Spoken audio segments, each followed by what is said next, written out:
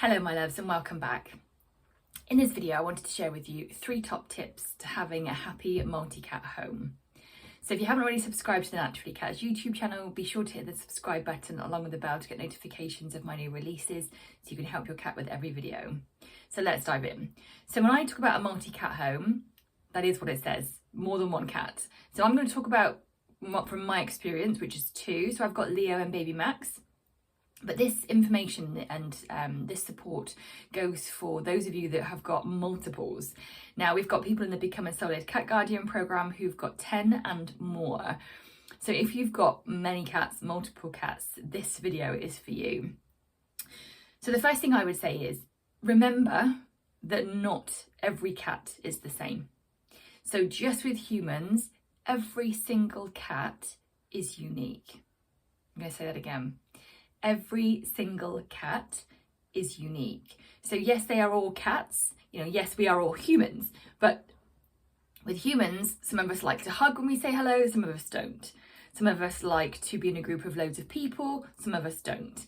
So we are all unique and cats are exactly the same. They are all special, they are all individual, they are all unique. And they have different needs. So one of the top tips to success in a multi-cat home is recognizing this. So it's understanding that you're going to need to have different things in place for different cats to meet their needs. And the more that you can meet the needs of each of your cats, the happier they're going to be. The happier your home will be, the less fighting there will be. The more content and calm and grounded and centered everyone, including you, is going to be. So understand that every cat that is in your home, that is with you, has specific needs, and try to understand how best you can meet them. Now, this might be a question that if you've got many cats, so like let's say like 5 or more, that sorry, notification on my phone, you can't meet all their needs for every single one of them, but do the best that you can, okay? So the second thing I wanted to say is it's important to, when you're understanding those needs, to see that they are different and to see that your home is also their home. Now that may seem really simple and really like stupid, like, say the obvious, Julianne. But the fact is, you're asking another species to come and live with you. So yes, you may have, your cozy blankets on the sofa, or I don't know, I think at my house I've got like sparkly lights downstairs, upstairs, everywhere. But I'm asking, a mini carnivore to come and live in my home. So it can't just be about what I need, about what I want. And if it is, I'm kind of doing a disservice to those beings, those sentient, sensitive beings that are living with me. So have a think about your home. And remember, it's your cat's home as well. So what can you do to meet their needs in that environment, in their safe space? Because that's what your home is. Now, when it comes to cats, they have, we call it home. In the cat world, it's territory. But they also have safe spaces, cat beds and places where they go to rest and recharge, where they feel safe and secure.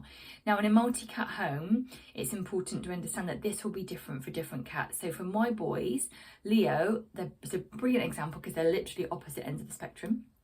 Leo likes to hide away. Like if Leo could be invisible at times, he would. So for him, I've pulled out my spare bed so he can go behind the spare bed. So it's literally like a black cave. Unless you move the pillows off the bed, you can see behind it.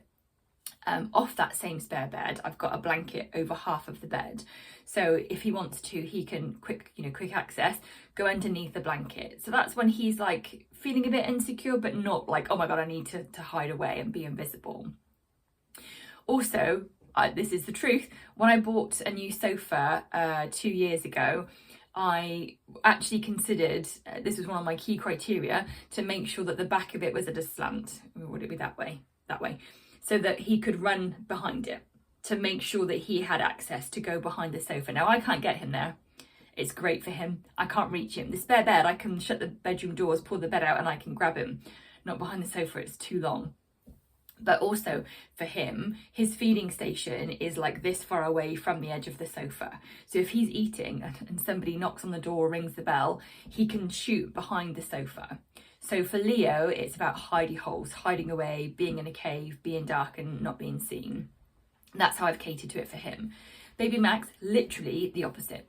Baby Max likes to be up high. He likes to watch what's going on. He likes to be out of reach.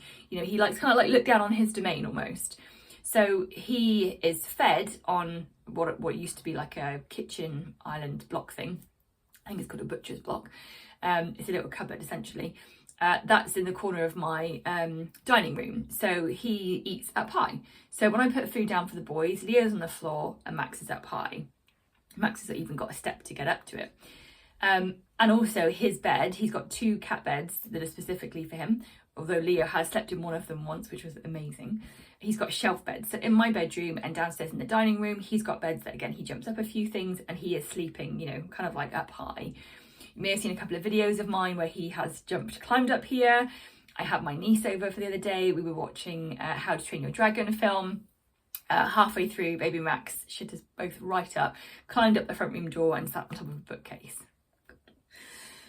So they feel safe in different places, and it's helpful if you can understand for your cats what works for them. Now, if you've got like 5 to 10 cats and you've got, say, 4 of them like to be up high, think about that. You know, having one space where they can get access to is going to cause problems. It's going to cause issues. It's going to cause aggression. It's going to cause weeing. It's going to cause fights. So have a think about, you know, if you can group your cats in terms of their needs, how many do you have and what can you do to support that? So do you need to pimp your house? Do you need to put shelves and high beds and things? You know, do you need to have more resources? So like with litter trays, the golden rule is 1 per cat plus a spare. It's the same with other things. You know, it's having a think about what else can you do in your home and their home to make sure that you meet their needs. Okay, so just to recap, we've covered different needs for different cats, understanding each cat so that you can look at where and how you can meet those needs. And then second, it's about hidey holes and high spaces. So which does your cat prefer? Which helps them to feel safe? Because a cat that feels safe isn't an aggressive cat. A cat that feels safe doesn't need to fight and cause problems, doesn't need to be weeing around the home, okay? So I hope this is helpful so far. Please come into the comments and let me know. I love to hear from the Naturally Cats community. I'd love to know how this video has helped or resonated for you. If you've got any questions, feel free to get in touch. And the last thing I wanted to talk about is positive interactions. Now, this is something that I think those of us that have a multi-cat home, if we've got a fairly kind of stable, you know, a kind of like a neutral association, I would call it, which basically means there's not much fighting, then generally get on. I don't really do this. You know, I'm a cat behaviourist, I'm a cat person, and I'm saying to you, like, this is one thing that you could do. And I recognise I don't do it enough myself. I did it hugely. I did it so much when we were introducing the boys. And now I have just kind of let it go. So this is really something, if you are facing challenges, issues or problems, this is something that will really help. And it's about creating positive associations with the cats. So this is about having time and moments and experiences where they all do get on. And it's not just about watching and recognising and seeing what they're doing and letting them get on with it. It's actively creating those interactions. So when we were introducing the boys, they were having quail's eggs at the time. Put them both into 2 little stainless steel bowls, start off feeding them like this, and then every time we gave one, it would be closer and closer to, at one point they were licking the bowls, literally the bowls were touching, so they were facing each other. So what can you do to create positive associations? Because if you think about, you know, you've just got a new lodger that's moved in and, you know, you're not quite sure of them, you're trying to kind of get to know each other. What's the best way that you can do that? It's bonding. You know, it's doing something together, playing a board game, having a takeaway, you know, having a fun experience, getting to know each other. And it's the same with cats. So when you create positive associations, they're like, okay, I don't need to go and attack this cat. I don't need to perhaps wee everywhere. I don't need to be so stressed because we're all kind of getting on. They're not a threat. They're not going to attack me. Remember, cats are predator and prey animals. So they're all about survival. They're all about, oh my God, is the cat going to attack me? Whereas if they have those positive interactions, not so much. So positive interactions include, like I said, feeding opposite each other, sharing treats. If you've got some of those like licky lick things, you know, that you squidge it out the tube, bit to this one, bit to that one, bit to this one, bit to that one. Playtime's great. Get your wand toy, play with this one, play with that one. Now, actually, that doesn't work for me because Leo won't play. Leo's very reluctant to play most times anyway. Now he's ex-feral, so he's not a big player in general. So that one isn't one that I've used particularly very much, but it does work with other cats if they're open to playing. Like I said, what did work with us was the food. And the other one that is brilliant is brushing. So when you brush your cat, right, not only do you get fur in the comb or the brush, their smell is on that comb or brush. And if you then use that on the other one, you're swapping scents. And scent is the key way that cats communicate. So when they then go and lick themselves after having a brushing session, they're ingesting that other cat's scent, which again, I won't go into it now, but it helps to keep them calm. It helps to create a bond. It helps them to understand the scent profile in the home. I'll do more of this in another video another time.